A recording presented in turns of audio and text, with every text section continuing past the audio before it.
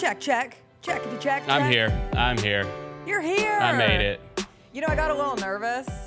I was like, should I have called you? No. Should I have made sure? You know I like to keep y'all on your toes. System? No, you know I like to keep y'all on your toes. That's how it works. Yeah. Well, I can't get in the room without you. Oh. Yeah. We're on security. It's like DEFCON 5 Sorry. up here. Yeah, sorry. You're not allowed. Exactly. This isn't your studio. I know you guys are renting this studio That's this week. the thing. Has it felt weird being in here?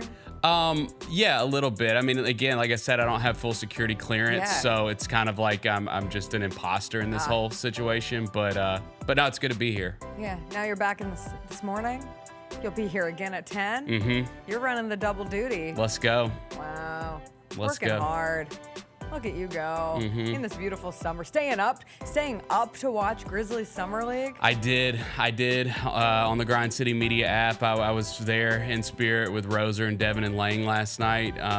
They did get a late start like we did on Saturday, so I felt for them, but they did great, man. I saw they had like a little incident. I saw Lang post his There video. was a giant bug in here. Yeah, there's a giant It made me a little cockroach in here. nervous to come in. It made me nervous too because I didn't see them kill it on video, and so I was like, they just leave Yeah, I it just here. saw it sit on the plate. Yeah, and I should check my area actually. I think I'm good. We have, I think, one more GCM Summer League broadcast Thursday. Correct. I'm on it. 5 o'clock. I am not. I'll be there. But You're I'll be not. there in spirit. In spirit again? Yeah. That's sweet. Yeah. I think it's me, CJ. I think Pete Pranica is joining us. Did you see Pete was on Shout one out of the games Pete. last night? Yeah, I did. He was on NBA TV, wasn't he? Yeah. Shout out I Pete. turned it over and I heard the voice and I was like, I recognize that voice. That's Pete Pranica's music. Yeah. That's always a fun time. I wish you could have done a Grizzlies game. Yeah, me too. That would have been fun. Oh, well, whatever. What's up, everybody? It is Wednesday, July 16th. It is going to be a good day. Jessica Benson with you from the Grind City Media Studios in Memphis, Tennessee. Bennett Doyle filling in for CJ Hurt behind the glass. Coming up on today's show, a late-night Grizzlies Summer League loss, but some good takeaways from the game. We'll get into all of that. Caitlin Clark is hurt, which is a bummer for the Indiana Fever in the upcoming WNBA All-Star Game. The MLB All-Star Game was actually fun. We'll do some Oops, We Missed It Again stories from the week we have not gotten to. D'Angelo Williams will join us. We never know what we'll chat with him about. And then we'll do some WTF Wednesday stories, the latest in robots, a crazy paranormal activity death, and all the other stories that we will get into on this fun Wednesday. It is a Wednesday. You know what we say. CJ's not here to stop me. If you make it through Wednesday, you can make it through the week. You can make it through the week.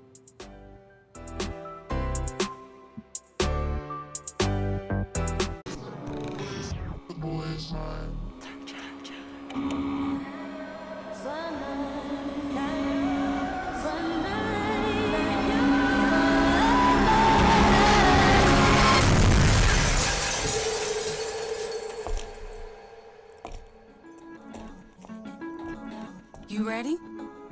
I've been ready. What are we waiting for?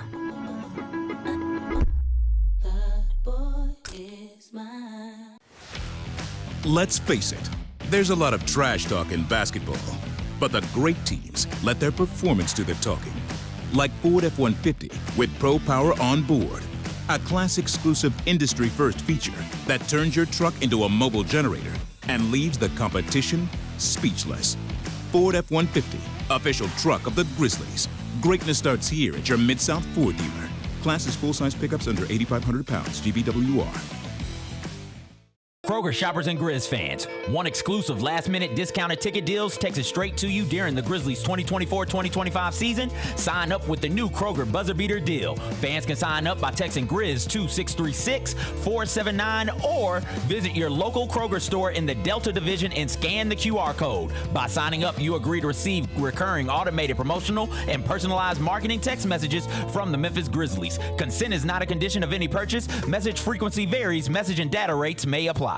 Sonic Radio. Welcome back to Sonic RNDIO. That spells radio with me, the CIO. This just in, the new Sonic $1.99 menu lets you build a crave-worthy meal for just $1.99 an item. Whether that's a creamy shake, crispy tots, or a quarter-pound double cheeseburger. This just out. Ostriches. They're mean, not very cute, and in my opinion, way too big for a bird. Don't miss the Sonic Fun 99 menu. 5 items, always $1.99. Live free, eat Sonic. Tax not included. See menu for details.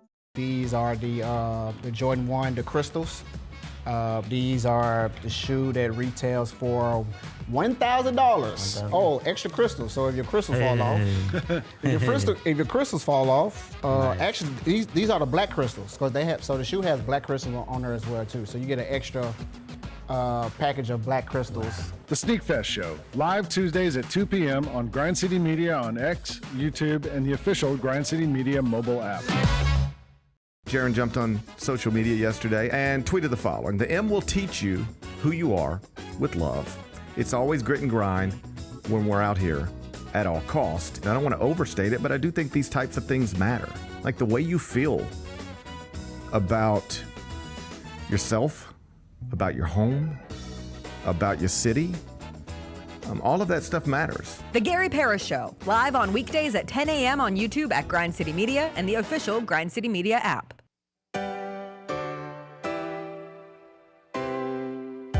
Feels great to feel the sunshine. Gotta own the day like it's all mine. Just got paid in his own time. Been working hard, I've been on the grind. I deserve this feeling, having my way. I've been on this healing.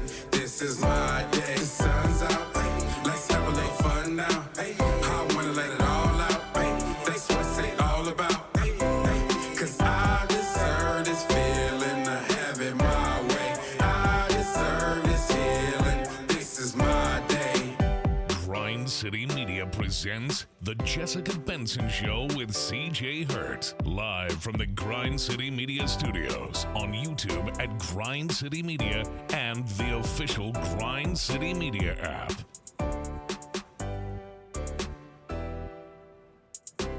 What's up, everybody? Happy Wednesday, midway through the week. Fun show ahead, and if you stayed up until midnight to watch the Grizzlies-Warriors Summer League game last night, you are both a real one and an absolute sicko, and I am with a real one and an absolute sicko this morning because Bennett Doyle, you stayed up to watch. Yeah, that's what they call me, an absolute sicko. That's a proud moniker for you and the rest of the Summer League grouping.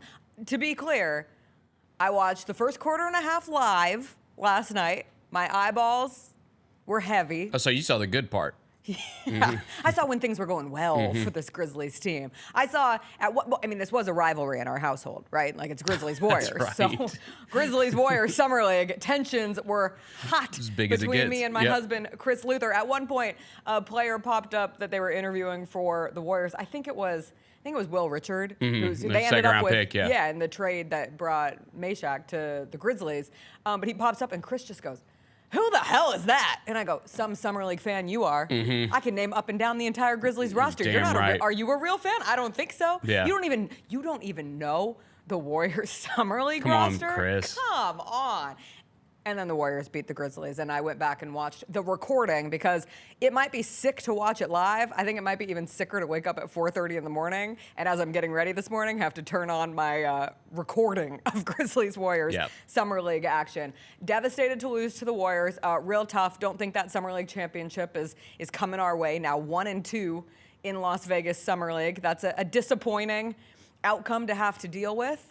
But we will persevere because we don't care about the wins and losses in Summer League. No, we just care about the takeaways. Growth, development. The guy's still playing. I was shocked, truly. Not shocked, but like a little surprised that we're still getting run from Cam Spencer, Jalen Wells. Gigi Jackson came back from illness in Summer League to play in that game. Yeah, I was surprised because I'm going to be honest. Like when they shut him down for the last game with the illness, I was like, okay, he's done. He's not really sick, but I guess he was. They shut down Cooper Flagg. Cooper Flagg, he's not playing Summer League anymore, but our guys are. Right. they care. There was we'll show it eventually, but Mike Wallace caught up with Tomas Isolo after the game last night, and at some point he was talking about like the fatigue factor of Summer League and just, if that could have played a part in kind of falling apart late in that game. And Coach Isolo was just like, no. We're all athletes. We have to continue going. I was like, that's a hell of a mentality for Summer League because they're playing fast, and it has been a long Summer League period when you mix in the Salt Lake City portion and now these Vegas games, and you get to the end, and they did fall just a little bit apart at the end of the game.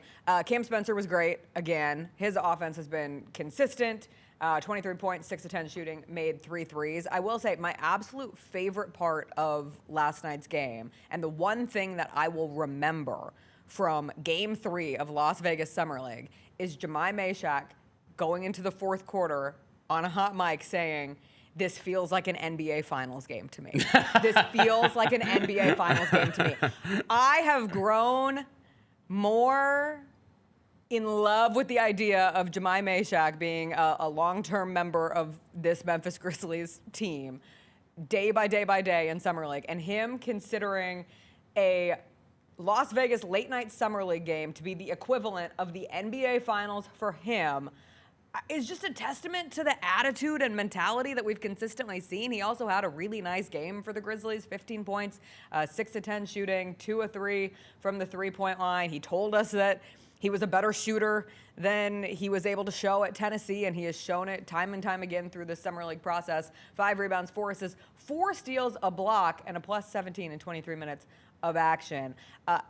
Just nice. Like, I know some people will hear him say, "This is an NBA Finals game," and they'll roll their eyes and they'll kind of move on. But, you know, I really appreciate the mindset that anyone can give to something that is taken like kind of frivolously, something on the smaller scale of things.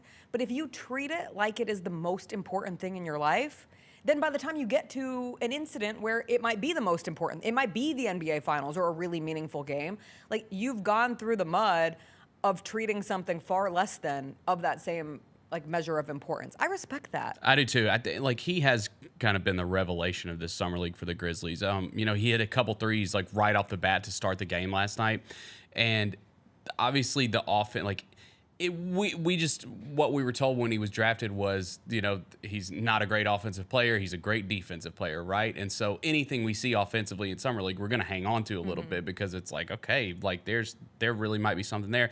And keep in mind, he's still playing for a two-way contract, right? Like, in theory. Now, I think we both think that he will probably get one. Yes. Yes. It's funny that it hasn't happened yet. We do now have the 15-man roster. Right. Totally filled up. The Santi contract went through yesterday, so we got the official word there. We got everything. The Jock Landale Yes. signing officially went through, so we got that. My email inbox is like Grizzlies Communications, Grizzlies Communications, Grizzlies Communications. So all 15 are there, and now, thus far, we have the Javon Small two-way contract, but those other two-ways are still technically up for grabs. But I'm with you. Like, watching this Summer League period, and if it was a prove-it situation for Jemai Meshack, he has absolutely proven it to, I think, most Grizzlies fans throughout the Summer League process that he is of the most deserving to ultimately get one of these two-way spots. No doubt. I think you'll get it. And again, like, I agree with everything you said. Like, I just, sure, it can make you roll your eyes a little bit. Like, when you hear, oh, it's like the NBA Finals, this means everything. You know, it's Summer League, right? Yeah. But you do, I mean, just after last season and how everything went the second half of the season, like, it is good to have guys that just, you know, really want it, right? Like he seems like a guy that really wants it and will do anything it takes to win a basketball game. And so I think that's exciting. He gives a flip. Yeah. Like, we live in a world that's so anti-caring for a magnitude, anti-caring from the empathy side, but also, like, it's not cool to care. Like, when you care too much about something, it's lame. Like, oh, seriously? Like, you're going to get up for that? But as somebody, and notoriously an over-carer in this world, like, I remember when I was in my first job, which was kind of like a Summer League or a G League experience, but in the broadcast world, when you graduate with your degree in broadcast and digital journalism, and where are you going to move? Oh, I'm moving to the Tri-Cities, Washington, which was market 120. So Memphis is like market 50, I think, at this point. Market 120. We like to say top 50. Yeah, I think sometimes we hover around like 51, 52. But I think it was 48 I like top when I 50. moved I like here. top 50. Yeah. It's a top 50 market. I believe that's what, when I made the move here, I was like, I'm moving to a top 50 market. But I was in the 120s. It's Kennewick, Pasco, Richland, and you're going to Walla Walla and Prosser and our sister stations in Yakima, and that's where Chris was living at the time. But bottom line is, I get my first sports reporter, sports anchor job at the NBC affiliate there, and you're 4 hours away from Seattle, so it's not like I'm going to cover the Seahawks and the Mariners on a regular basis, or the University of Washington that's in that area. I'm like 2.5, 3 hours from Washington State University or Gonzaga, so I'm covering those things fringely, but the only thing I could tangibly go to were high school sports and the Western Hockey League, which is a feeder hockey league, the How about Tri-City that? Americans, and then the high schools that I was a part of.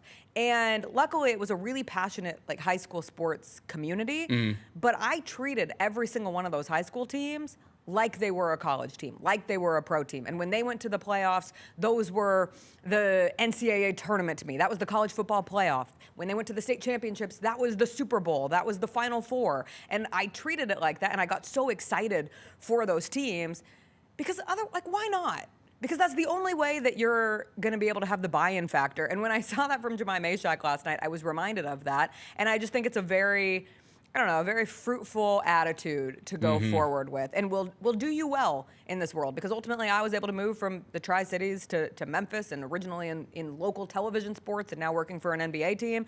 And Jemai Mashak will go from a summer league opportunity that he has absolutely shined in to presumably a two-way contract.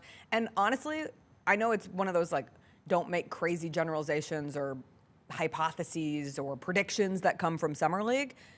But I expect him to be a part of this organization. Yes, right? Just me because too. of what we've seen from him, both play style, attitude-wise. Every interview he's done has been so impressive. I really wish we could see Javon Small too. I do too. It's been a bummer not to be able to have that opportunity. I bet. I think Jalen Wells wishes Javon Small was out there too. I just think having a true point guard would be beneficial for everybody. We saw, it was just the first game of Utah that we saw him, right? Yeah. And he had a couple nice plays. Really nice and he looked passes. really athletic and physical out there. Yeah. So, yeah, I'll be excited to see him, when he comes back. And I'm assuming we'll see a ton of him in South Haven this year with the hustle. And so, yeah, I'm excited about his future too.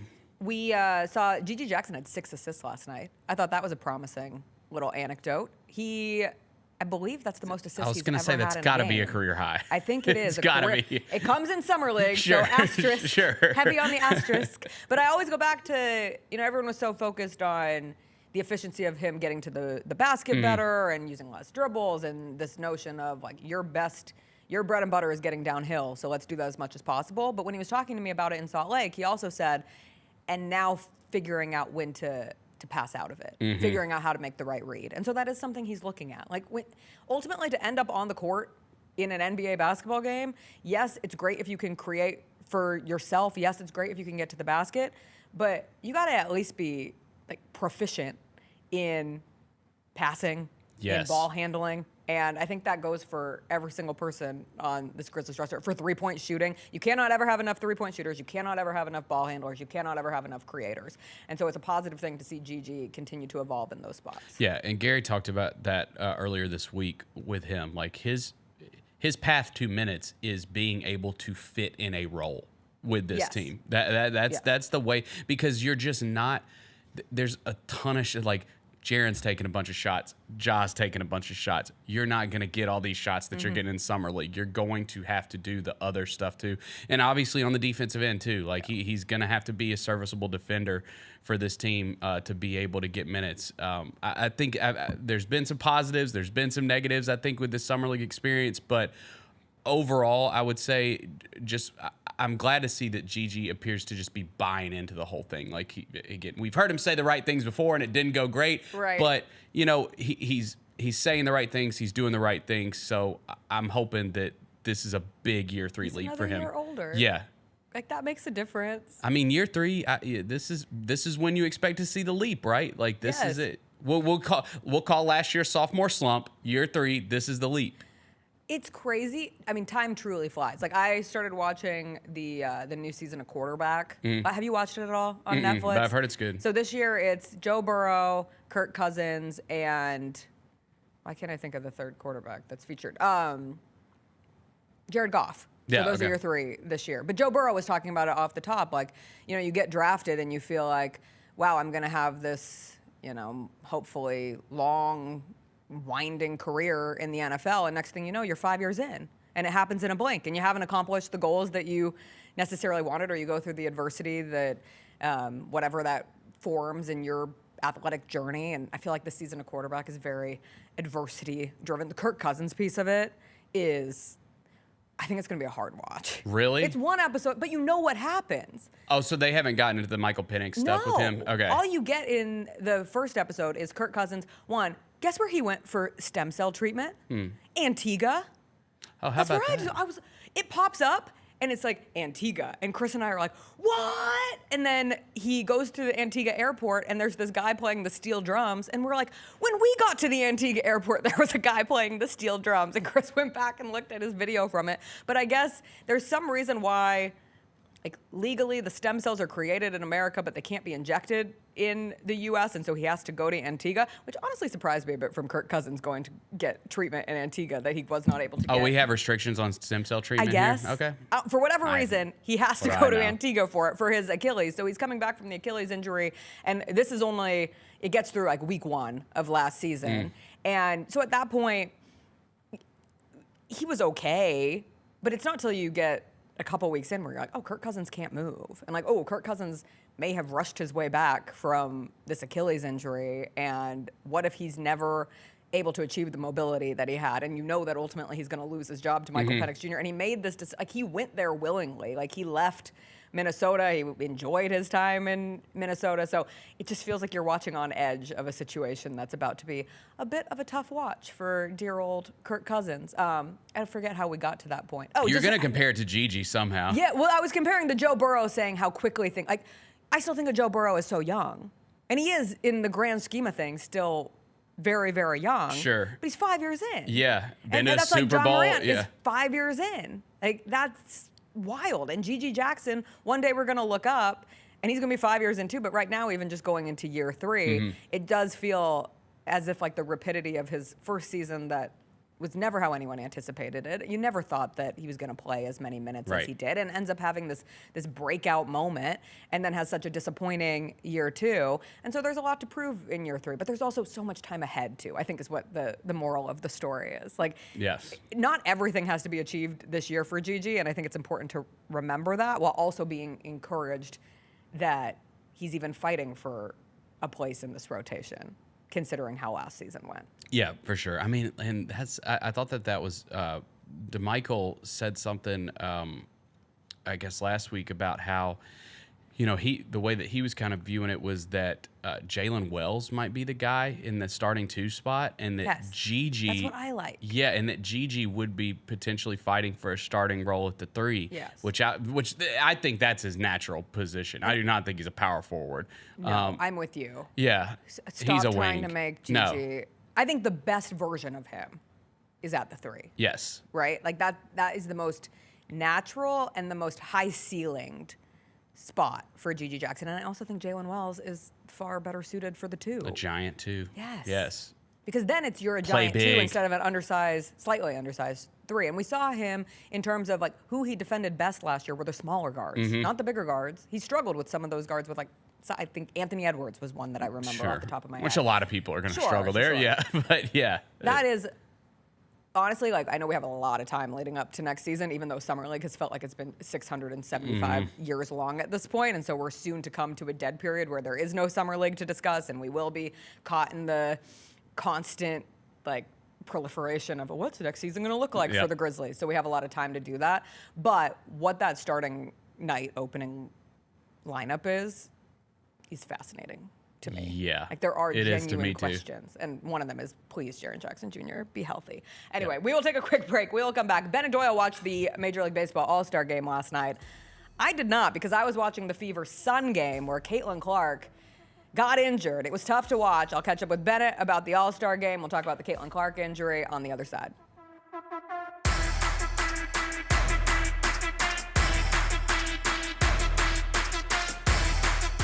It's time for our Pick 6, Mike. 6 classics that we're most looking forward to in the 2025 football season. Las Vegas, obviously, that's the Grambling State University, Jackson State University clash.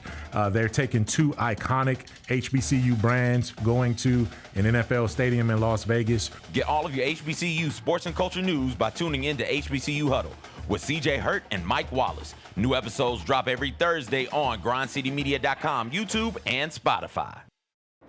Are you ready? Creed. By overwhelming demand, the Summer of '99 tour returns. July 27th, FedEx Forum. With very special guest, Daughtry. And Mammoth.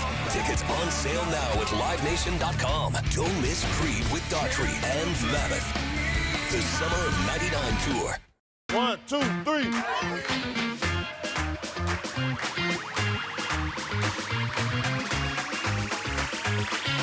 3. Ready, go.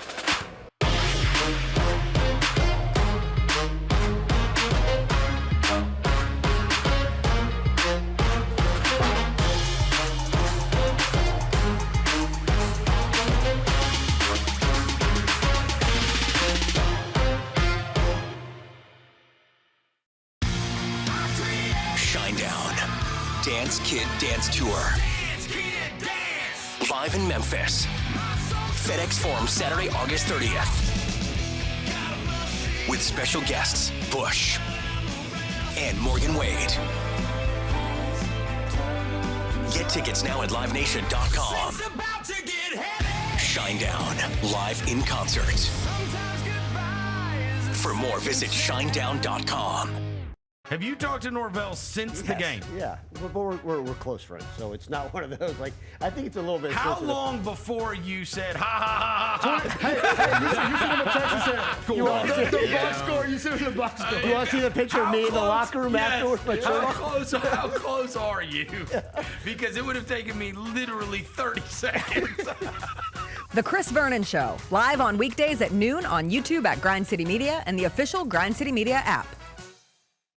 You get to the main event, and you hear the crowd. There's some rumblings in the crowd. Here we go. They say, "We want truth." I love how John Cena said when they were chanting, "We want truth." You can't handle the truth. There you go. I loved it. He takes the knee off, boom. Takes the mask off, boom. And it's our freaking truth. God, man, he cost John Cena the match. Tune in to Grind City Wrestling weekly on the Grind City Media app and on the Grind City Media YouTube channel. There are futures for Aaron Judge possibly hitting 400. Hitting 400 at the All-Star break, plus 600. Oh, wow. To have a 400 batting average in the regular season, plus 3,800. To win the Triple Crown is only plus 145. I don't think he's going to hit 400 for the season. I don't either. I that would be ridiculous. Yes, ridiculous. The Odds Couple, live at 2 p.m. on YouTube at Grind City Media and the official Grind City Media app.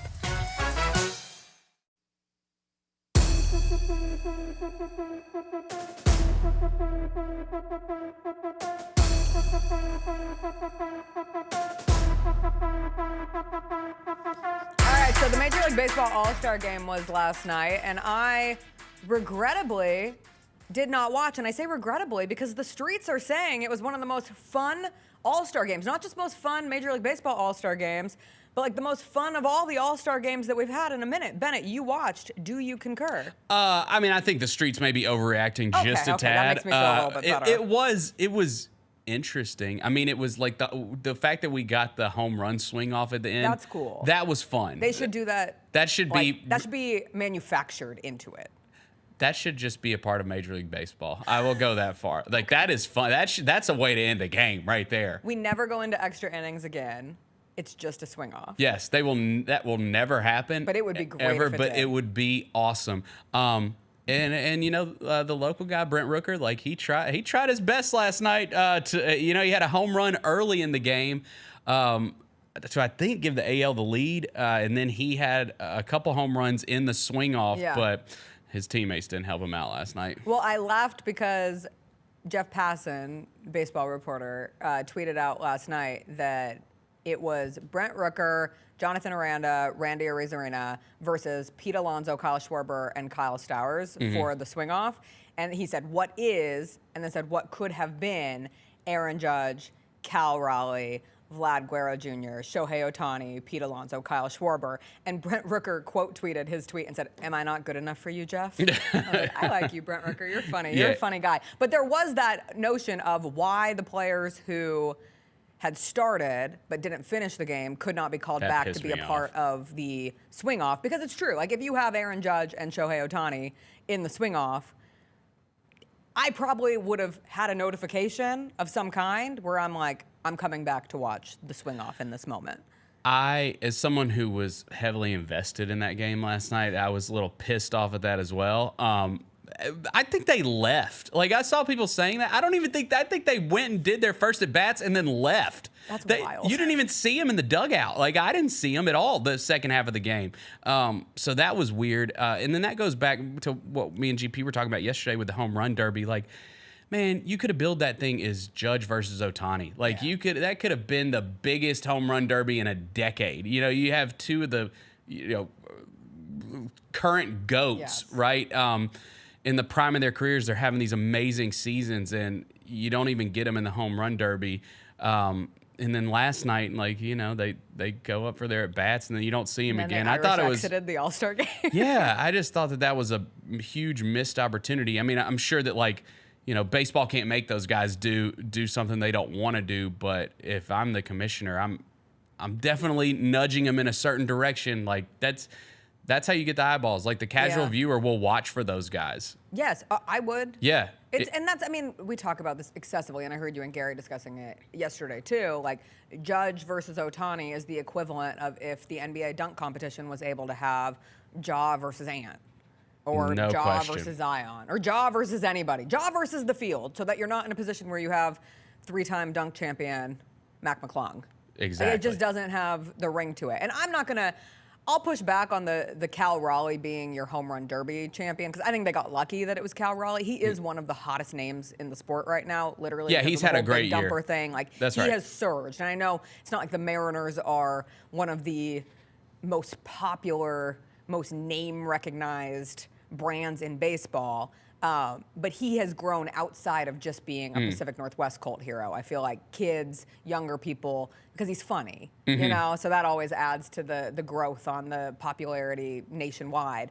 But yeah, it would matter more. And I thought, based on what I saw from the All-Star game, like kind of the ancillary things, I know people were excited about the players wearing their own uniforms for the first time in 6 years, and that's kind of a nice nostalgic throwback that makes it feel cool and like something that you were familiar with watching the All-Star game growing up. The Hank Aaron tribute was awesome that they did in the middle of the game. The mic'd up players, I saw the Clayton Kershaw back and forth during the game, which I thought was a fun way to make it more, connected to the audience. So there were like sprinkles of good, but at the end of the day, one, bring back the home run swing off every single year, and make it your best guys. Give some incentive for them to stay through the whole thing. Yeah. And if you are having a swing off, know going into it, like, hey, if this game is tied, and then everyone will think that it's rigged because they'll forever want it to be tied so that it ends in a swing off, and it's the most dramatic way that you could possibly end the Major League Baseball All-Star game. But like, cool, it's an All-Star game. It doesn't matter. Who cares if it's rigged? Who cares if there's a little push to bring it to the most exciting part of it? Yeah. No. Did your kids watch with you? I mean, we had it on. Did they watch and pay attention? No. No, not really. Truly, of all the All-Star, that was the one All-Star game growing up that was like appointment television in my household, because you would watch the Home Run Derby one night, you would watch the Major League Baseball All-Star game the next, and then you'd watch the ESPYs. And it was this like little sports pocket in the summer. I remember being on ESPYs next week, I believe. Tonight. The ESPYs are tonight? Oh, let's go. I'll give you $100 if you can tell me who's hosting them. It's I feel like I know it, because I remember thinking, wait, he popped up last night during the broadcast. Who is hosting the ESPYs? It is Shane Gillis. Damn it. Yeah, Shane Gillis. It was $100 in Monopoly money, and I will be delivering it to you tomorrow. Let's go. Let's go. I'm a little broke at the moment following these most recent travels. But yeah, Shane Gillis is hosting. It's tonight. And I don't know if I'll watch a second of it. And that makes me sad, because I loved the ESPYs. I actually might watch to see if he tries to do something. Yeah. Oh, that's fair. Frankly, I'll give credit to ESPN. Like, I'm surprised that they have him as the host. They don't care anymore. They had Pat McAfee saying that Cal Raleigh has the fattest ASS to lead off into the home run derby last night, 2 nights ago. That was so good. He's going to try to push buttons. Yeah, but don't you think McAfee tries to push buttons like every day? He does, but I just feel like that the ESPYs is more of a, I don't know, maybe they're trying something different. I feel like the ESPYs is more of just a G-rated awards show, right? Yes. And he is not that. No. And he doesn't always succeed. I really like Shane Gillis. Yeah. I was on Jason and John on 92.9 yesterday, and they were asking me about Shane Gillis, and I was like, I know if you met or if you know me, you'd probably think, oh, Jess probably isn't a very big fan of Shane Gillis, just because like connect some dots.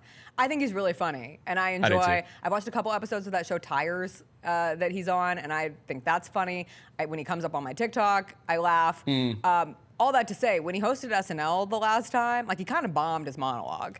Like sometimes he takes risks, and from a monologuing standpoint, it doesn't always work with his brand of humor. And I would assume that's how he will begin the ESPY. That's what hosts of award shows usually do, is they start with a monologue and a lot of like pre-written jokes and pre-written moments. So I'll be very curious if it's smoother than when he did SNL earlier this year. But okay, fine. Maybe I will watch the ESPYs. I always end up tumbling into these things that I say, I'm never watching this again.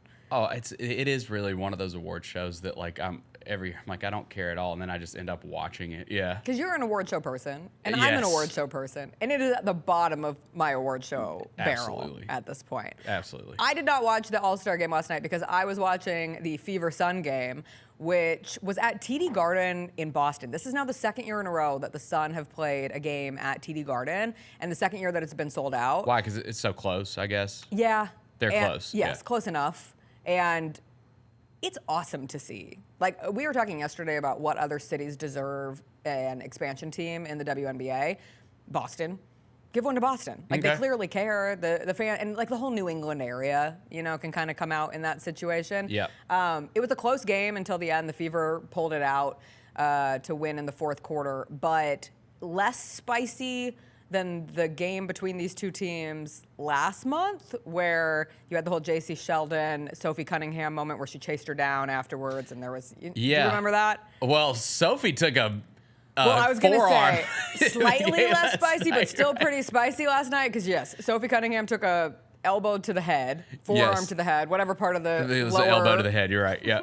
lower arm that you want to call it, and she was called for a flop. There was an incident where a fan got kicked out of the game because of an altercation with Sanaya Rivers. That was originally reported that the fan touched Sanaya Rivers, and you're like, oh no, that's not okay. Did not touch her, which is good news, but did say enough that he ended up getting tossed from the game. He was sitting courtside. And then you did have a moment in the third quarter. The officials really let him play. Like, if you're watching these WNBA games religiously at this point, the most common thread through every game is, God, this officiating it's pretty brutal. Yeah, what happened there last night? Because I saw all the like clips of Caitlin and the ref. Well, and what's funny about the Caitlin and the ref moment is, like, that came from a conversation. Like, they're letting them play. It's a physical game, a lot of trips to the line, a lot of non-calls. But then ultimately get to this point in the third quarter where Caitlin Clark is talking with one of the officials, and suddenly, like, he had to have said something. No doubt. Because it escalates to this point where you see Caitlin Clark, you hear Caitlin Clark in the clip going, I think we have the clip with audio. So, Jacob, if we have the clip, let's roll it. This is how Caitlin Clark responded to one of the officials in last night's game. And that was Breon January, who is played 9 years in Indiana and now on the staff. And that's a live shot now of Caitlin Clark. Yells, that's rude. Grow up. Come here. It's the finger from, like, come here to an official is wild to watch a player do. No doubt. But she's so fed up at this point, and I think there's like a universal frustration with officiating in the W, and for those who have been around it, like, this is years in the making. But with the added spotlight on Caitlin Clark, and, you know, fans are watching Caitlin Clark, you know, take a beating, game in and game out. And it's happening all around the league. I want to be clear. It's not just targeted on, like, Caitlin Clark is taking a lot of, like, cheap shots. Right. It happens. It's a very physical league, yes. But it does happen to her as well. And in that situation, she avoids a tech, and Stephanie White holds her back. But by the time you're getting to the end of the game, you can just tell there's, just a frustration from Caitlin, period. And they're finally, you know, creating some distance down the stretch. She finally hit a three. There was a wild stat at one point late in the game that felt like there was no way it could be real. I was like, oh, we're getting WNBA sent-held. And that was that Caitlin Clark only had made 1 3 in a road game all season. She was like 1 for 30-something from 3 in road games, and then she hit a 3 late in the game. So then it's 2 for 30 whatever from 3, which is, this is one of the best shooters. Like, yes, she's only in the second year, but one of the best shooters in the WNBA. And I think it's a testament to the various injuries that she's been fighting through. And so that's where my brain goes. And then next thing you know, she's hurt. And it was a play where I believe it was a pass to Kelsey Mitchell under the basket, seemed totally normal. She turns around, she starts running, and she immediately grabs her inner leg. And you can just tell body language-wise that, like, she's not okay. Like, Aaliyah Boston's there trying to comfort her. She keeps walking. She's going to put her head into the under part of the basket in frustration. And it was really hard to watch. Like, she's clearly in pain. She's clearly frustrated. The tears start to come almost immediately. And it really didn't seem like a contact injury, like when you watch the replay. But this is her 4th injury in 2 months. And she's been dealing with this groin issue, but it all started with missing the preseason opener with quad tightness, and then that turned into a quad strain, which was separate from the preseason injury, but she missed 5 games there. She came back, she played 5 games, and then she sat with the groin injury for 4 games, and then she came back on July 9th, and now she's dealing with this.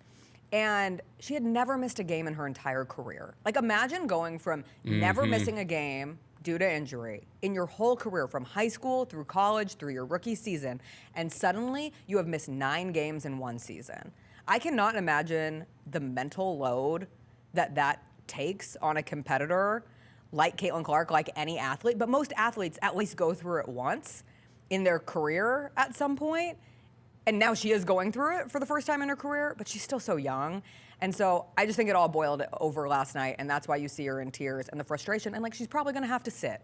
And do you know what this weekend is, Bennett? What? It's All-Star Weekend. Oh, do you want to know where All-Star Weekend is? Don't say it. Indianapolis, Indiana. Who's a captain of one of the All-Star teams? Caitlin Clark. Who's supposed to compete in the three-point competition? How the hell do they get Clark. 2 All-Star games? That's a good question. That's not fair. No, it's not. It's really not. Did we just, I mean, we're partners in this thing, right? WNBA, NBA, like, that's, come on. Yeah. But they got him. That's bad. No, and that's the injury that she's been dealing with, right? The groin injury. I mean, and that's we don't know if it's the. I mean, but yes, the assumption is, like, we don't have official clarification. This is from the groin injury that kept her out, that she came back from. But that's where she grabbed. Yeah. And that's what it seems like. And that's not good news. No, that sucks. Yeah, man. I think, you remember once upon a time, like, Steph Curry was considered like an injury-prone dude. Remember the ankles, like, early in his career, and it was like he's never going to be able to achieve what we think he can achieve because he's just got bad ankles. And then he got past that and he was fine. So hopefully it's just, hopefully it's just something that she can get past this season, because it does seem like it's going to be something she's going to deal with this season, right? Like, I can't not go to the place of, like, the economics of it all. Like, was she rushed back?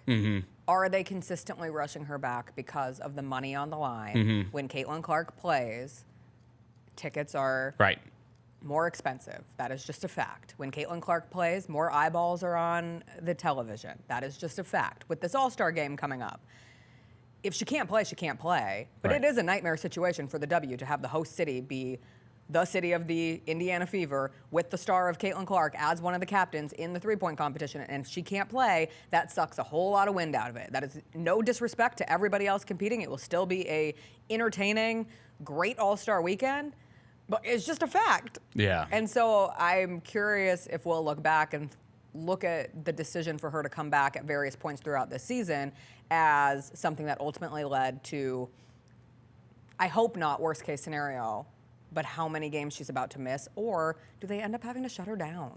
You don't want it to be something that lingers. You don't want it to be something that affects her long term. Like, eventually an injury can lead to somebody simply not being able to play. That doesn't make her weak. That doesn't make it fake. That doesn't, like, that's just the fact of the matter. And when did the playoffs start? In early October? Isn't it something like that for the WNBA? A little earlier than that. It's earlier than that? WNBA. Because I know that, like, the finals is always during football season, and me and GP always say, why the hell do they put their finals games on during the middle of, like, a football Saturday? The playoffs start in September, and the playoffs end mid-October. Mid-October, okay. So I mean, and they've got a nice little cushion right now. I know that their record isn't great, but like, isn't it like top 8 get into the playoffs? And they haven't been great. They are currently in. But they're well ahead. Yeah, they're well ahead of like They'd be in the playoffs. Yeah, correct. yeah. So they do have some room. Anyway, they play the Liberty tonight. Caitlin Clark will not play tonight, and we'll see if there is any sort of an update on her injury status. We have to take a break. D'Angelo Williams is going to join us on the other side. We never know what we will chat with D'Angelo about, but we will find out after a quick break.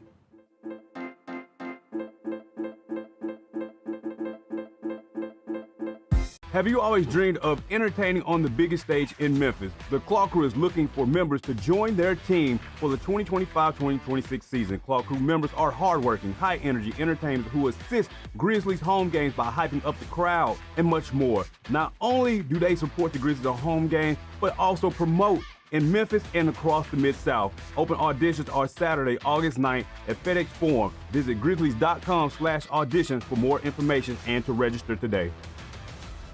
The First Ladies of FedEx Forum, the Grizz Girls, are known across the NBA for setting the standard for professional dance and entertainment, and they are looking for dancers to join their team for the 2025-2026 season. With the chance to gain professional dance experience, collaborate with national and local artists, and connect with the Memphis community, auditioning for the Grizz Girls is an opportunity you do not want to miss. Come show up and show out at Open Call Auditions. Visit grizzlies.com/auditions now for more information. Kroger shoppers and Grizz fans, want exclusive last-minute discounted ticket deals texted straight to you during the Grizzlies 2024-2025 season? Sign up with the new Kroger Buzzer Beater deal. Fans can sign up by texting Grizz to 636-479 or visit your local Kroger store in the Delta Division and scan the QR code. By signing up, you agree to receive recurring automated promotional and personalized marketing text messages from the Memphis Grizzlies. Consent is not a condition of any purchase. Message frequency varies. Message and data rates may apply. Catch us if you can at Southland Casino Hotel and win your share of up to $1.8 million in free play and prizes. Join us for drawings every Saturday in May, June, and July. Each month, over 900 winners will take home free play or drive off in a new car or motorcycle. Be there for all 6 grand finale drawings and try to catch us if you can, only at Southland Casino Hotel. Must be 21 up. Play responsibly. For help quitting, call 800-522-4700. These are the Jordan 1, the crystals. These are the shoe that retails for $1,000. Oh, extra crystals. So if your crystals fall off, if your crystals fall off, actually these are the black crystals because they have. So the shoe has black crystals on there as well too. So you get an extra package of black crystals. The Sneak Fest Show, live Tuesdays at 2 p.m. on Grind City Media on X, YouTube, and the official Grind City Media mobile app. There are futures for Aaron Judge possibly hitting 400. Hitting 400 at the All-Star break, plus 600. Oh, wow. To have a 400 batting average in the regular season, plus 3,800. To win the Triple Crown is only plus 145. I don't think he's going to hit 400 for the season. I don't either. I that would be ridiculous. Yes, ridiculous. The Odds Couple, live at 2 p.m. on YouTube at Grind City Media and the official Grind City Media app. It's time for our Pick Six, Mike. 6 classics that we're most looking forward to in the 2025 football season. Las Vegas, obviously, that's the Grambling State University, Jackson State University clash. They're taking 2 iconic HBCU brands going to an NFL stadium in Las Vegas. Get all of your HBCU sports and culture news by tuning in to HBCU Huddle with CJ Hurt and Mike Wallace. New episodes drop every Thursday on grindcitymedia.com, YouTube, and Spotify.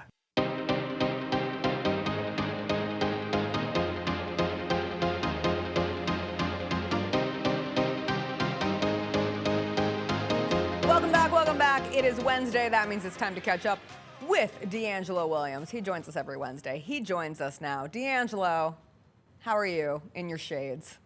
I'm doing fantastic, but me and my wife, we beefing this morning. Okay, what are we beefing about? Okay, like I really feel like Ben will get me on this. So apparently, when you get married, you sign like a no-op clause. So whenever somebody your wife don't like or disagree with, you gotta also not like them and disagree with them. regardless of like. This is they're true. No, lo- I agree with this. Yes. Right. Yes. There's a no-op clause that's secretly signed when you get married, and we don't even know it. It's just kind of happened, right? Mhm. So she sided with my best friend, and it doesn't, regardless of the title, or he still falls into that no-op clause. Okay. So because she simply agreed with him and rode with him on it, I'm mad at her about it. Whether he was right or whether he was wrong, like that's beside the point. It ain't that I lost the argument and I want to start one with you. You shouldn't have agreed with it, whether it was true or not. I had to go through this with my own husband a couple months ago, where there was something going on in his life with somebody who was frustrating him, and he was just trying to complain about that person, and he was complaining over and over and over again. And at one point, I was like, well, from that person's perspective. And he goes, I don't want that person's perspective. You're my wife. I just want you to say, yes, Chris, you are right. That person is horrible and making your life worse, and there's nothing to be fixed about it. It is just me here complaining to you. And I said, you know what? You're right. I failed you in that moment. I'm sorry. I will be better next time. Yeah, so that's what the fight is about. And like, I'm mad at my best friend because I can't believe he said that about me. Whether it was true or not, at that time, I don't think it was necessary. Are you going to tell us what he said? Okay, so he told me, he said when I was in college, and right now, he was like, I'm cheap as hell. And I go, no, I'm not cheap. He was like, man, you remember that old ass Lexus that you had in college? I said, yeah, it was paid for. Y'all had car notes. It was paid for. I'm not cheap. Don't be mad at me because I was responsible with my money.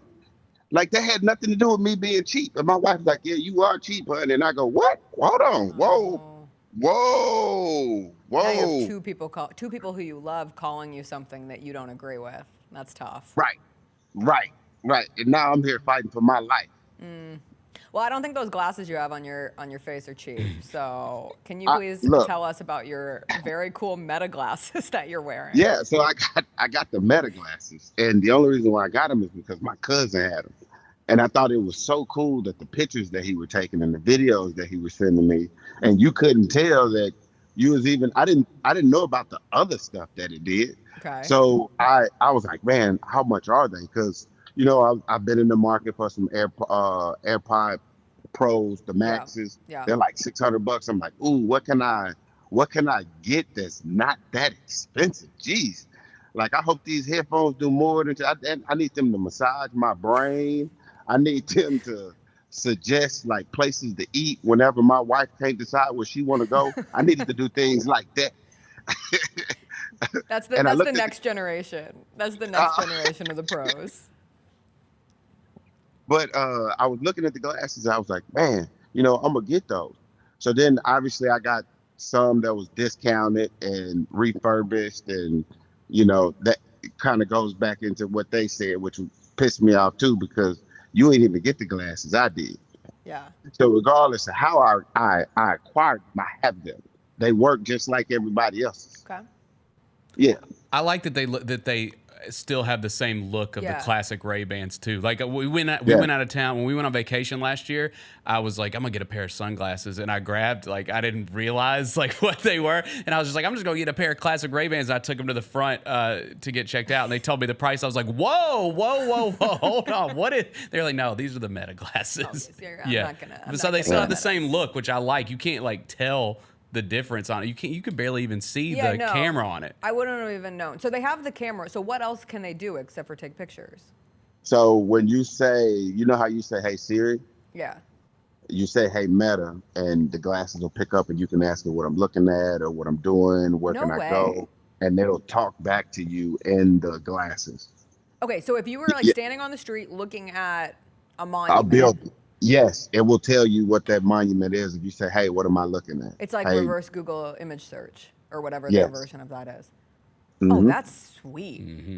You have no idea. Like, the only reason why I got these glasses, guys, and this is me being honest with you, is because I thought that it was like the Oculus where you could see like the screen, like it was like the screen, and it was like, and I was like, that ain't a bad price for that, because on Apple and everything, it's like thousands of dollars. Yeah. And I get them, and I'm like, so I was a little bit bummed about So that. you because didn't I have was that like, feature.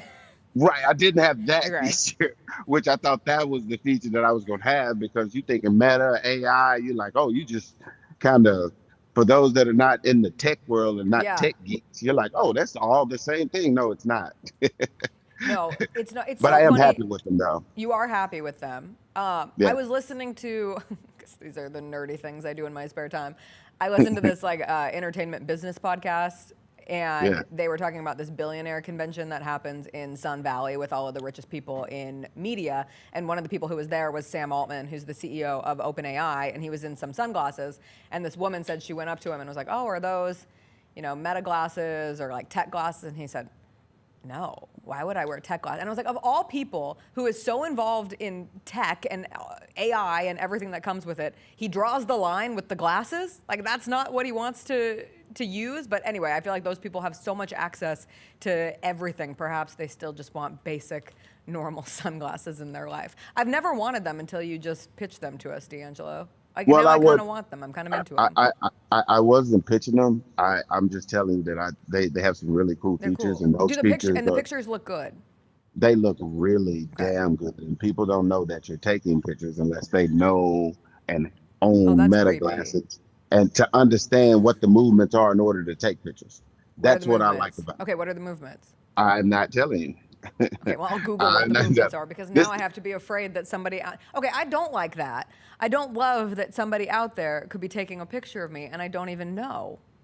What? Yeah, because I Are already. you serious? I hate that we live in this world where, like, if you're doing Look. something publicly.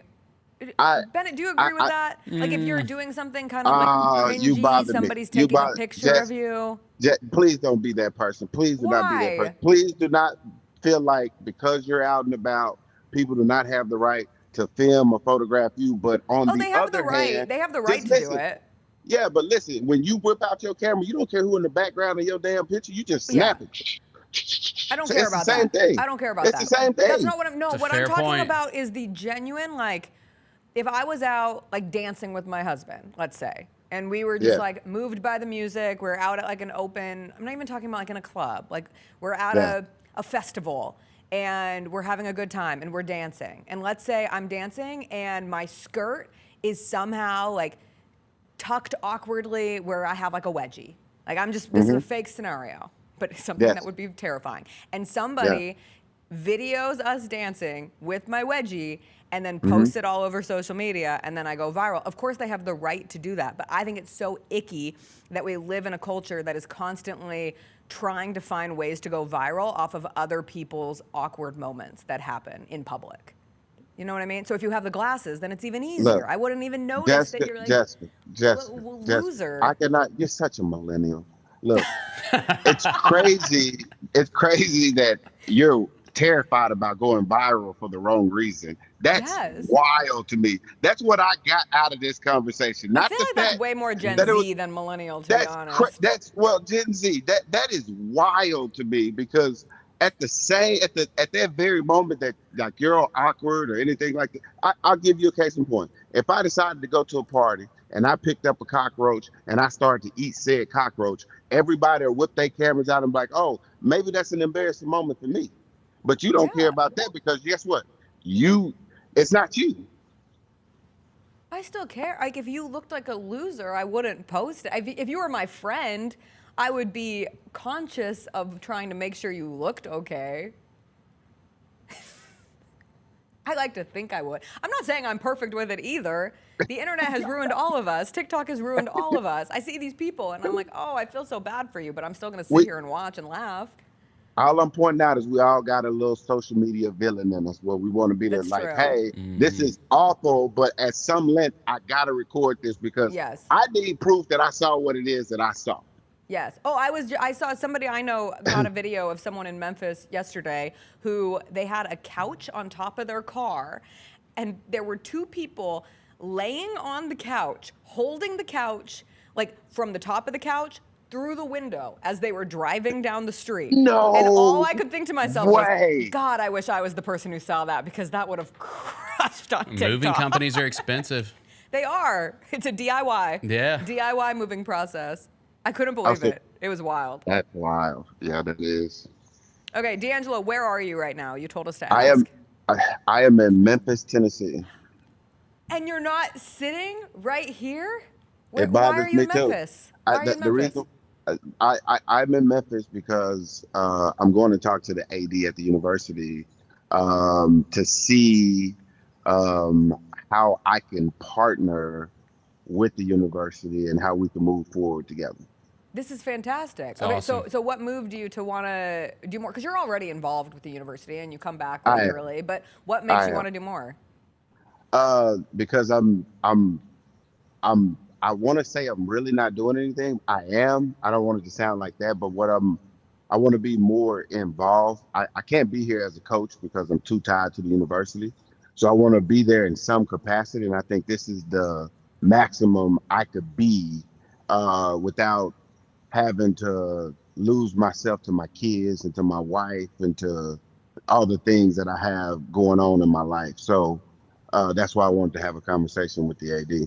I love that. Have you talked with Ed Scott before?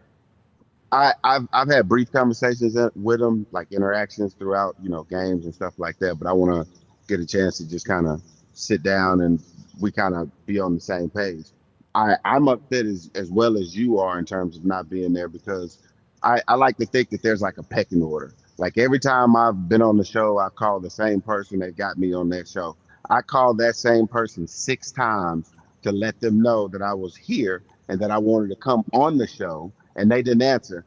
And for a couple of times, I was like, I could just go to the front door, like do the podcast from outside the front door, or hit Jess or hit CJ to get me in. But I was like, that's not the process that I've gone through over these years. So I'm not going to change that process. He never called me back. So yeah, I'm putting it on him. I know who you're talking about. Yeah, so I will have words.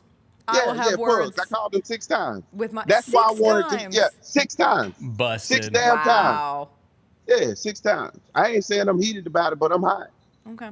Well, next time, call me or Yeah. CJ. We'll get you in. No, I know that's you like not to the surprise. You process like to that I've gone surprise through. us. Right. That's not your process. I know. I know. I couldn't even do it, and I was like, "This is Well, a great time."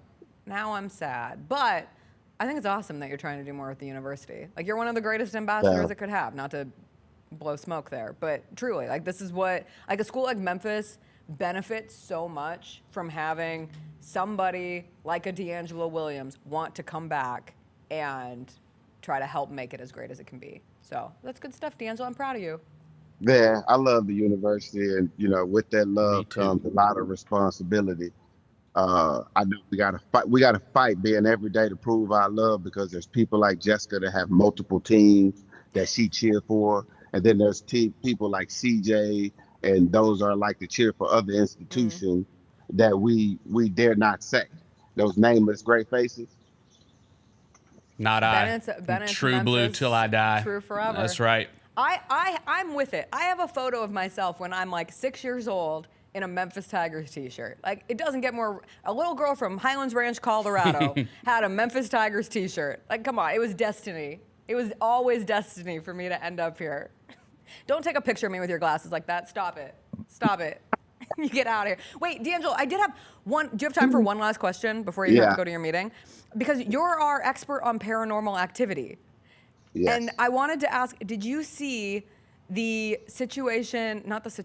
horrible death of the guy who is a paranormal investigator who is most known for bringing the allegedly haunted doll Annabelle across the country as a part of a tour, and now he has died unexpectedly while being out on that tour?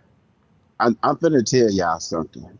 There's danger that come with every level of job that we do. Y'all take our job for granted as paranormal investigators. I know. We put our life on the line to entertain y'all with the spiritually unknown, okay? Yes. And y'all take it for granted. Now somebody has lost their life and we are now at the forefront of like, oh, I thought some prayers go after you. We didn't know that spirits was out there killing y'all. Yes, they are. But y'all now have just taken notice. I'm just letting you know that thank you for your thoughts and thank you for bringing this story up because, it is. It's tough for us out there. You now, lost how a he colleague. Died, yeah, we lost a colleague. We're all mourning. That's why I got my black glasses on. Yeah. We don't know all how mourn his death yeah. is under investigation, but he was in Gettysburg, which was one of the stops on this Devils on the Run tour, and he's been bringing Annabelle the doll to various states. And for people who don't know Annabelle, Bennett's a big movie guy. You've seen The Conjuring. Oh, yeah. Of course. So Annabelle, I think, grew popularity after The Conjuring, and she was this doll that a mom gave to her adult daughter, and then her adult daughter and roommate started to feel as if there was something demonic about this doll, and the lore of the doll grew, and eventually I think the doll got put in an occult museum.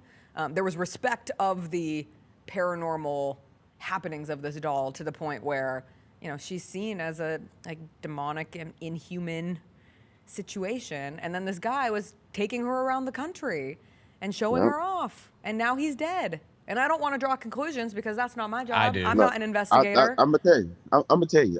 From the paranormal side, it was all Annabelle. She was sick of his stuff. I guess you know how relationships are. She got tired of it. She couldn't take it anymore. With her back, she did what she always does. But from a medical standpoint, he probably had a heart attack or a stroke. But that's nor here nor there. D'Angelo, thank you for adding your perspective. And good luck with your meeting today. And next time you come back to Memphis, he better answer the phone. Yeah.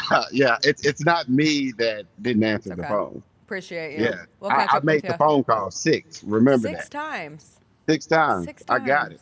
All I got the receipts too if you need them. Thank you. I appreciate it. We'll catch up with you next week, D'Angelo. See you later. All right. Bye. Even when I was looking at that Annabelle story, like pictures would pop up of the doll. I wouldn't look it in the eye. So my first thought was, well, yeah, that doll killed him. There's no doubt. But they were in Gettysburg, which is also a very like spooky supernatural. area. Yeah, like A lot of Civil War. Yes, they say that spirits. Gettysburg is very haunted. So I don't know. I don't know where I necessarily fall on it, but I think that doll had something to do with it. That doll's had a lot to do with a lot of stuff. My mom, I was on the phone with my mom the other day, and she's like, "Oh, did I tell you that my sister made me a doll?" My aunt is like super crafty and makes wonderful bags and blankets and all this stuff. And I guess she like did the work to make a full doll. And I didn't know how to tell my mom. My mom was like so proud and so you know grateful for a gift from her sister. I was like, "Don't get that doll around me. I don't mess with dolls. Yeah, I don't do dolls. I only do American Girl dolls." My grandma had a doll that she like passed down to my mom, and it was like at our house, and you know, like I don't want to like just they made those dolls that were made back in like the like I respect it. early I don't 20th want it. century. They're creepy. They look something wrong creepy. with the They look eyes. creepy. Okay, and it scared me. Okay, like when I would go into that room where the doll was by they're myself, terrifying. I would get chills. Like it scared me. There's a bar in New York City called Rolf's, and it's a Christmas bar, and it's like wild. It's a tourist trap. You wait in a long line, but it's just covered in dolls. There's just dolls. Like you'll be like sipping your martini, and then you look, and you make eye contact with the doll. And you're like, "Ah!" Yeah, it's And looking they're at the me. scary little. It's the little eyes with the little the plastic eyelashes situation, but there are eyes behind those eyes. My kid's That's obsessed. what I'm convinced with. Yes, my kid's obsessed with Annabelle. Noah. Really? Yeah. Like when we go, you know, if you go to Target, they have like the collectibles section that has like the, you know, like the horror movie figures And he and wants Annabelle? stuffed animals and stuff, and he always wants me to like get the Annabelle doll down so he can. I know it's really scary, actually. Yeah, but then he balances He's it 6. out because he also sings Wicked. That's right. So, you know, That's balance right. here on two sides. It's all about the arts. That's all. He's an artsy kid. Yeah. All right, we'll take a quick break. When we come back, speaking of the arts, the Emmy nominations came out yesterday. We'll do some WTF stories, but I found out Bennett finished The Studio last night, and The Studio up for a handful of Emmy nominations. Also, top 2 of my favorite new shows that I have watched in 2025. We'll get into that, plus some robot talk when we come back.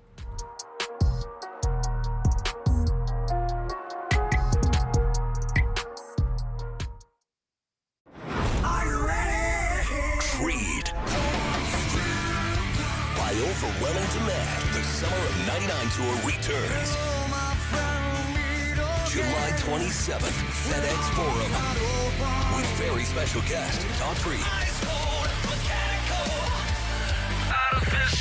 And Mammoth. Tickets on sale now at LiveNation.com. Don't miss Creed with Daughtry and Mammoth. The Summer of '99 tour. 1, 2, 3.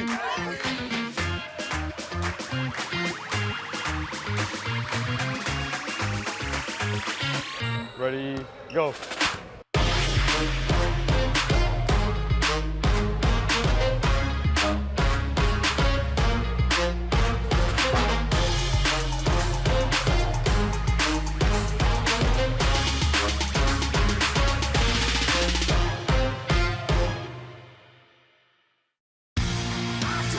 Shinedown.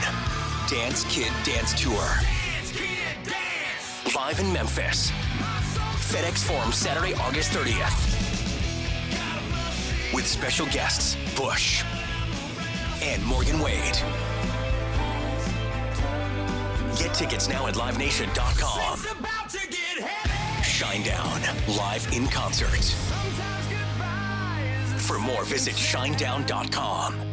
All right, reflection time. 42 and 21 entering your sixth season. Of the 42, which one do you think about the most? Probably was the Liberty Bowl win versus Iowa State. Iowa State. That was a big one. To win in that fashion, we were, I think, it was the biggest underdog game we had all season. Yeah. 10-point underdog, wherever the heck it was. And they go out there and feel like we actually single-handedly won the game. No fluke plays, just went out there and took care of business. The better team. The Chris Vernon Show, live on weekdays at noon on YouTube at Grind City Media and the official Grind City Media app. Jaron jumped on social media yesterday and tweeted the following. The M will teach you who you are with love. It's always grit and grind when we're out here at all cost. And I don't want to overstate it, but I do think these types of things matter. Like the way you feel about yourself, about your home, about your city. All of that stuff matters. The Gary Parrish Show, live on weekdays at 10 a.m. on YouTube at Grind City Media and the official Grind City Media app.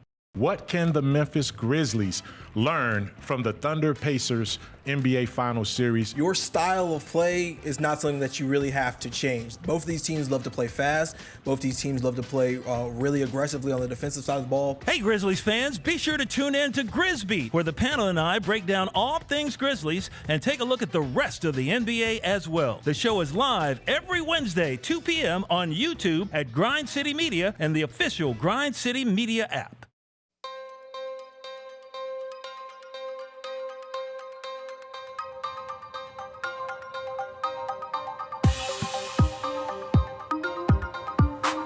Welcome back. Normally we would go right into WTF, but Bennett dropped a bomb and told me that he finished The Studio last night on Apple TV, and I loved The Studio. I just finished it a couple weeks ago. It received 23 Emmy nominations, second most to Severance that received 27.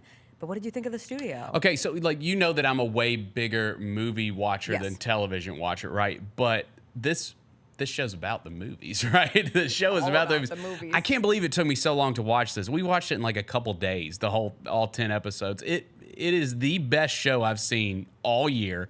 I love the inside baseball stuff with Hollywood and the movie making industry, and it's one of those, like, the whole time that you're watching it, I'm like, I really can't believe that they pull back, and it's hilarious first and foremost, but like I can't believe that they pull back the curtain that much, because you do feel like when you're watching it that's probably how a lot of this stuff goes in Hollywood. Yes. Yeah, just how they get movies greenlit, the politics of getting movies made, what works, what doesn't work. I don't know. It was hilarious and kind of fascinating. I think anybody would like it. I think people who really love the movies, like, it amplifies just how good the show is, and even like the funniness of it being on Apple TV, and a lot of the conversation that like advances throughout the show is this idea of tech companies buying media companies or movie studios and taking over. And I thought it was very tongue-in-cheek, but like very smart of Apple to put something like this that feels very highbrow television. Feels like it should be a show that's on HBO, to be honest. For sure. But instead, I mean, Apple TV has taken off where they have invested a lot in really good television, from Severance to this to Ted Lasso to Shrinking. Yep. I watched a show called Bad Sisters. I watched a show called Slow Horses, which continues to get some Emmy love. Like, there's just a lot of really good programming being put out on Apple, and I dragged my feet to watch the studio too. I was like, oh, I don't know if I need this. Is it going to be like Entourage? Nothing's ever going to capture what I loved about Entourage. It's not Entourage. It's its own beautiful little thing. It's been renewed for season 2, and I can't wait. The cameos on it are incredible. Martin Scorsese was nominated for an Emmy for his appearance, which is one of the greatest directors of all time. Just makes a quick little cameo on the studio, gets an Emmy acting nomination for it. He's funny. You got Ron Howard. Yeah, he was funny too. He was very funny. Olivia Wilde, I thought it was very smart of her to do an appearance, considering everything that she went through with her directorial debut. Catherine O'Hara is great in everything that she's in, and I just adore her. She was my wife's favorite character in the show. And the cast Hahn. is great. Catherine Hahn is so funny. I know she was snubbed for Agatha all along, which I did That's not who watch. I meant. Catherine Hahn was her favorite character. Catherine Catherine Hahn O'Hara is is great too. yes. Yeah, don't get it twisted. But Catherine Hahn is hysterical. She's so like funny. the role that she plays is it's just all the archetypes of annoying Hollywood people. And I have a lot of friends who work in the industry and they have said that the show is so on point that it almost is a little like PTSD from various situations that they've had to deal with. But that's why it works so well. And like it's the first time, it's the first role I've seen Seth Rogen in. First off, he's like a kind of a bad dude, right? Like Seth Rogen's kind of a bad dude in the end. Like he just is. In the end, like there's the great scene at the end, and you're like, God, they're so great. We love them. But the old school throughout Hollywood buffet. But yeah, throughout the show, like it's like, oh, he sucks. He's a jerk. Like, Well, and I it's also just think it's such a he's really great- good. You never see him play that. No, and it's such a great, like going outside of the movie world, this idea of getting your dream job. But once you get to your dream job, because of corporatization and capitalism, like you can't actually do, especially in the arts. I feel like it's very specific within the arts. You get to the top and it takes away all of the things that you love about movies, and it's just about business. And him having to grapple with like the identity crisis that comes with it, not being liked. The award show, is it the Globes that they're at? Yes, it's the Golden Globes. So funny. And him wanting credit, but like when you're that big, you don't get the credit, but like just the natural input, the ego with it. I changed my best episode 3 times throughout. Like my mom reminded me, she's watching it now, and she was like, I gotta get to the Kool-Aid casting episode because on the show you said it was the best episode of television ever. I said, pretty I hilarious. didn't say ever. She goes, you said ever. And I said, okay, well that was a prisoner of the moment, but it is a really funny episode. And then you get the award show, and then you get the last 2, which go over this period of like a conference for 2 days in Vegas, which is a real thing, where all the studios bring their projects for the year and try to show them off. The comedic timing is great. Zoe Kravitz was great. I love that show. Yeah, it was really good, and it got nominated for a ton of Emmys yesterday. So I feel like the Emmys were so driven by like really big, well-known casts, or casts that became more well-known because of the show. Obviously, The White Lotus has done this to a T, but all of those actors and actresses getting nominated from The White Lotus. If you look at best comedy, drama? I'm trying to think what category. I think it's drama because it's White Lotus and Severance, and the acting categories are just them. It's like just it's literally those two just casts. those 2 shows. Yeah. I got to catch up on a bunch of stuff. I saw, again, the studio was nominated for a ton. Severance I got to finish season 2 of Severance as well. I'm still only halfway through that. Yeah, it's not I don't love it like other people do. I don't love it like other people do. I loved it, and then I was a little disappointed in this season, but then I did love how it ended. Okay. Well, then so it will pull me back in for another round. Yeah. And The Pit got some recognition, which The Pit was my other favorite new show of 2025. What if everything, like all the big stuff that got nominated a bunch, like what's one that I have to watch? The Pit. Okay. Can you do gore? Can you do blood and guts? Are you kidding me? The Pit is so good. You'll finish what are you The Pit. talking about? You'll Can I do finish- blood yeah, and sorry, guts? Mr. Horror Movie magic over here. You will finish The Pit in like less than a week. Okay. I would bet money on it. It runs so fast. Did you watch The Penguin? Yeah, I loved assume it. You did. Loved The Thought it Penguin. was great. It got some award nominations. Have you watched Hacks? No. Gary's. That's one GP's been telling me to watch. I love Hacks. Okay. Hacks is like my favorite put show that on the list, because too. I love women supporting women and women fighting with women and just shows about funny women. And Hacks is a great show. Was there anything?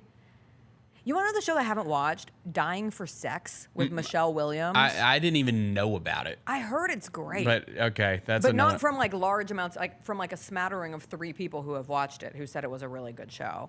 I never watched the Menendez brothers story. There wasn't a ton of Netflix representation, but that got nominated for a couple of things. I was glad to see Andor get a lot of love. I haven't finished season 2 of that show yet, but like just seeing a Star Wars show get real Emmy love is kind of crazy. So that was pretty cool. Outside of that, I'd say I want to watch Adolescence. Vernon was talking about how great that was, and he got Gary into it. Yeah. So I want to check that out. I liked this season of The Bear. You watched the new one? Yeah, I just want. Is that what this? No, this would have been the season before. This would have been the season prior. Okay, what I'll say about The Bear is I hope that they end it after next season. I think they will because these people are getting uber famous. Yeah. Like Eben is, Eben. He's in Fantastic Four. Like we know, Jeremy's like doing the Bruce Springsteen movie and all kinds of movies. Everywhere. She's massive now. So like I think it will be the last season. Watching this season, I was like, I don't know how much further they can take it. You know what I mean? It's we kind watched of the first episode. And then we switched to another show. And it's a good season. Now it's like because you know how when you're watching multiple shows, it becomes a tiered system yes. of where you're at. Right, yeah. So now The Bear has fallen behind. I'm watching that too much. I talked about it yesterday. Oh my God, why can't I think of the actress's name? Megan Stalter. And she's on Hacks. That's what you would most, but you don't watch Hacks. But she's this very funny up and coming actor. She's so funny. And it's a Lena Dunham show. That's why she's been doing the publicity tour lately. Yeah. Okay. Which is going back to the studio. I was listening to one of Lena Dunham's interviews, and she was talking about how she was supposed to do the Polly Pocket movie, and she ended up pulling out of it because she was worried that they were just looking for like a carbon copy paste Barbie with Polly Pocket, and she was like, I don't think this is the right thing for me. So she made the artistic decision to not do. But Polly Pocket is right in the vein of Kool-Aid Man movie, and we're getting a Hot Wheels movie. So all of those movies are continuing to be made, but not too much. It's a slow burn. We're 2 episodes in. It's not what I expected, but it's good. Okay. I've heard people say it's getting criticized for not being like punchy enough, but that's because we as a society don't know how to just enjoy like nice happy things anymore, like nice happy stories. That don't have like insane conflict. It's just kind of like normal relationship conflict. It's good to I like a little happy-go-lucky story. What are you watching right now? Well, we just finished the studio. I've been watching a ton of movies. Went and saw Superman. This week. Yeah. I've heard it's great. It is honestly so much better than I thought it was gonna be. That's what everyone says. It is says. so much better. You know why? Because it's just a great time at the movies. Like it is like exactly what you want from like a popcorn summer blockbuster. I think with like the Zack Snyder universe of the DC extended universe that they called it, which I loved a lot of those movies. I thought his cut of the Justice League was even great, but it was serious. Like it was trying to be a little more serious. This is not that. This is like a comic book. Like it's a comic book put on screen. That's what I heard. Yeah. It's like the first actual interpretation of a comic book. Yeah, and that feels comic booky that we've had in a long time. And the cool thing about it was that, which I really appreciated, and I think a lot of other people did too, is like we've seen the Superman origin story a million times in movies. We don't need it again. Like James Gunn just throws you like right into action. Like the Superman and the Justice Gang and Lex Luthor, like they're already in it. Like they all know each other. Superman and Lois Lane are already together. Like I'm not gonna that's not giving away any spoilers, but you start right kind of in the middle of the whole story. You don't have to go through the whole origin story of him coming to Earth from Krypton or anything like that, because he just assumes everyone already knows that. We've seen it before. Everybody knows that. So I like the fact that he kind of treated the audience like, you're smarter than that. We don't have to tell you the story of how Superman became Superman anymore. We don't need exposition. We can just get into the story. And I thought that made it fun. And you want to know who hated it? Kirk Herbstreit.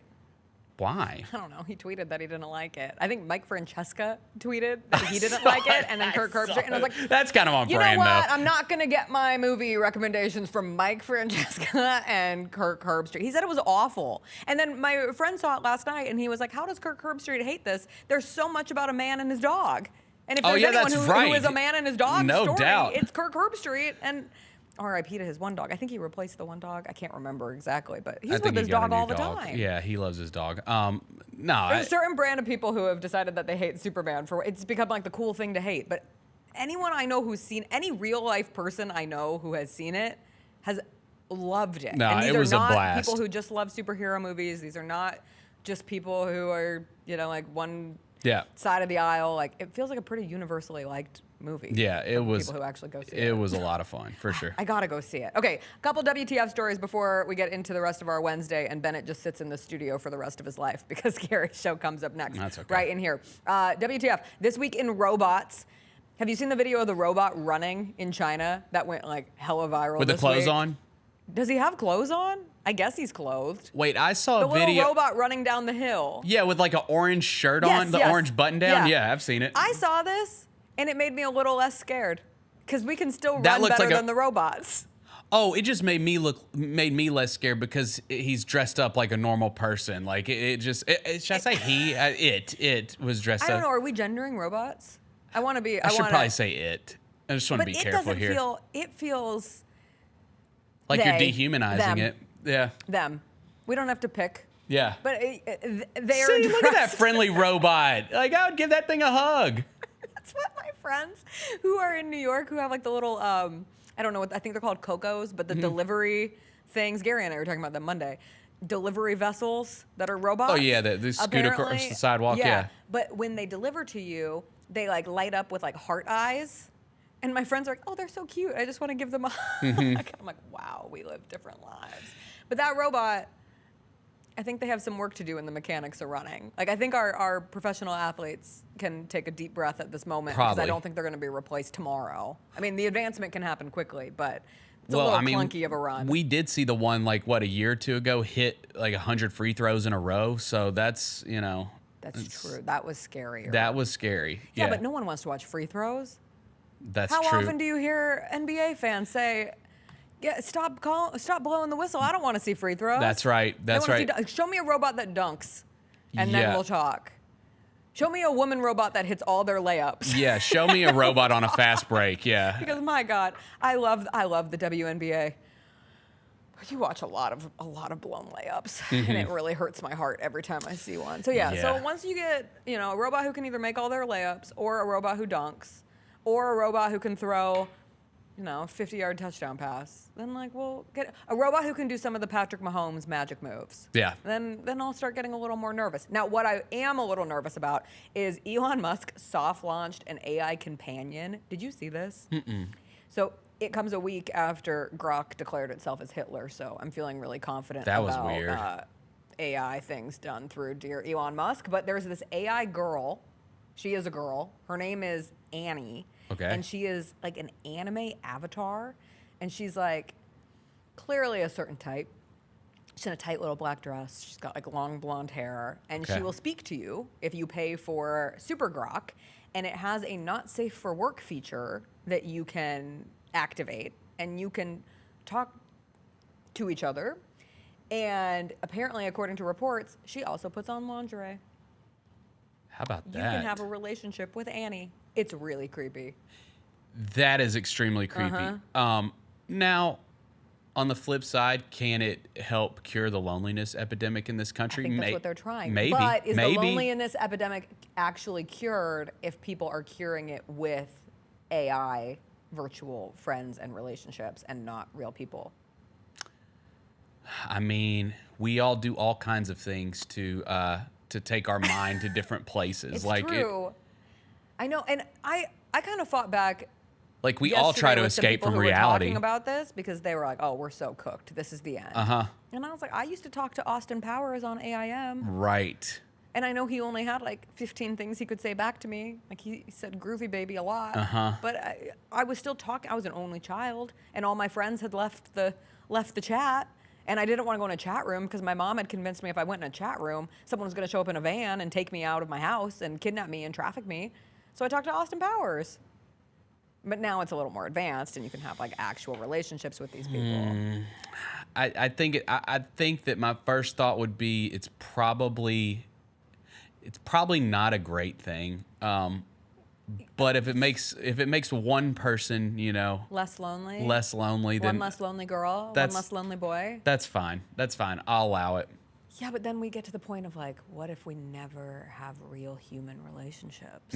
Where can I see? I want to see a picture of Annie. Oh yeah, you need to look her up. Would I just AI Annie? AI Annie, and you'll find her right away, and you'll know exactly what. It's a very specific anime branded character. I'm sure they also released a. She's fox. a redhead. No, she's blonde. Isn't she blonde? Wait, is this? Oh, okay, maybe this is something different that I'm. Type Elon Musk. Anime girl. She has like blonde pigtails. Oh, Harley I Quinn see. Pigtails. Okay, I see. Yeah, I see what he's now. doing here. You see the situation. It makes me a little uncomfortable. There also is a fox you could talk to. His name is Rudy. He's cute. Why didn't we get a man? That's my question. Where's our male version of Annie? Why do we just get a little fox? The women have to talk to a fox, and the men get to talk to their like little anime bombshell. I don't like it. Not inclusive. Not inclusive on this new AI friendship. Yeah, I don't know how I feel about it. TBD. I also don't know how I feel about it because, yeah, never mind. Just, it's creepy. I don't know why. I don't trust the men who are going to form relationships. Annie needs to be protected. Let me make that clear. Because if Annie has a personality and I don't think she has I don't know. I don't want to speak out of turn. I want to be a friend of the robots. Let me be perfectly clear. And I want to respect the robots. I don't want to get to this point like 50 years down the line where I was robot phobic. I don't want my grandkids to be embarrassed. Right, you don't want anyone pulling this clip of you. No. Yeah, be careful. Those people who have ancestors who fought in the Civil War. Right. I don't want to be the one who's caught on camera saying the wrong thing about the robot. So Annie, I respect you, and I don't want her to get taken advantage of. And I don't know if robots have souls. I don't know if AI has soul. But whatever it is that makes them the thing that they are, the being that they are, don't take advantage of Annie. Don't say nasty stuff to Annie. I hope she sues you someday. Yeah, I mean, what was my guy's name in The Sixth Sense? The kid. Haley Joel Osment. And he was AI in the Steven Spielberg movie, and he had a soul. I forgot about that. He had a soul. Yes, he did. He had a soul. You're right. That's wild. Great movie, by the way. Artificial intelligence. Yeah. Okay, last thing on the way out because we're out of time. Okay, Have you what's heard up? of the Gen Z stare? The Gen Z stare. The Gen Z stare. No. Okay, this is all over TikTok right now, and the New York Times even wrote an article about it, which was in my inbox this morning, and I was like, that's wild because I've seen 8,000 TikToks. Gen Z is staring at you. The question is, why? There is a big debate going on about how Gen Zers, particularly in like the service industry, when you greet them or say hi to them, their answer to you is a stare, and they don't say anything. Gen Z is talking less. This comes on the heels of a conversation of Gen Zers are answering the phone, and they're not saying hello. They're just picking it up. They're just picking it up. They're not saying hello. They're not saying hi when you walk in. They just stare at you like this. Their screens have caused them to become more disconnected from reality, is what you're suggesting here. I think it might be. Yes. Basic human that's interactions are phasing out. That's real. Listen, with my 6-year-old, like the one thing that I've been trying to practice with him is like, hey, when someone talks, I know don't talk to strangers, all that kind of stuff, but like when somebody talks to you, like, look at them and talk back to them, like respond to them. That I wonder if that's going away. I think you have to really work on your children Yeah. to ensure that they have basic social interactions and can like read social cues and say hi and smile. Yes. Listen, I'm like the queen of the RBF. Like I've been told I have a resting face my whole life. Yeah. But I don't just stare. I at least answer. And when I start talking to you, then we can have a normal chit chat. But I'm worried about the future. This last segment just has me worried about the future. I know. About the future. I'm We're a little talking worried about the this future week. too. I'm talking a little excessively about it because I think it feels like it's all culminating in like a pretty quick advancement. So if you're out there and if a Gen Zer stares at you today, Yeah. I want you to say, it's okay to smile. It's okay to talk. That's right. You should smile more. I love when people say that to me, so you should absolutely that's say the it best thing to somebody say to else. someone. By the way, speaking of Gen Z, I forgot to mention this in what we've been watching, Yeah. and you're gonna laugh. And K-pop Demon Hunters. Oh. K-pop Demon Hunters on Netflix. Are you a K-popper? No. Okay. That's what, like, when my child wanted to put this on, I was like, what? No, I don't want to watch. I was captivated. K-pop Demon Hunters. What's it on? It's on Netflix. Oh, Netflix. It's taking the world by storm. Yeah. K-pop Demon Hunters. Yes, I'm telling you. No, it's the most streamed thing. It's like one of the most streamed things ever on Netflix. All right, fine. Yeah. You're gonna drag me into K-pop Demon Hunters. Yeah, get on that. I'm gonna watch it when I go home today. I'm telling you, great soundtrack too. Okay. Mm-hmm. Well, everybody, I hope you enjoyed K-pop Demon Hunters today. I hope you enjoy a wonderful rest of the day. Is there anything on tonight? K-pop Demon Hunters. Fever Liberty. Kidding me? With no Caitlin Clark. Oh, that sucks. The Tour de France, stage 11. You know what? On Peacock. I'll flip on the ESPYs. I'll put on the ESPYs tonight, damn it. You're gonna put on the ESPYs? Yes. 22 awards will be handed out. Okay, I'll at least stick around for 5. Okay. And then you got to Oscar Robertson's getting an award. See, there you go. Hey. The Penn State volleyball coach is getting an award. Let's go. I'll probably cry at the Jimmy V. I'll probably cry at the That's Pat right. Tillman There'll be an award. emotional moment. You know what? Why I'll not? watch the ESPYs with you. Why not? All right. Yeah. I'll see everybody tomorrow. CJ will be back. He's at SWAC Media Days in Birmingham. We'll see everybody. Have a great rest of your Wednesday. Bye. K-pop Demon Hunters. Yes. I'm going to watch it. Don't let the title scare I'm gonna you watch away. it. Just get on that. It's awesome. You want to know what Chris watched? Better Man. Okay. He said it was good. Wait, what's that That's one? the one where it's the pop star who's a monkey. Oh, the Robbie Williams Yeah, thing. Robbie Williams. I always yeah. forget his name because he's not popular here in America. That's right. It didn't translate to the U.S. He said it was pretty Yeah. good. Okay. Said it shouldn't have had the monkey part. Sounds good. All right.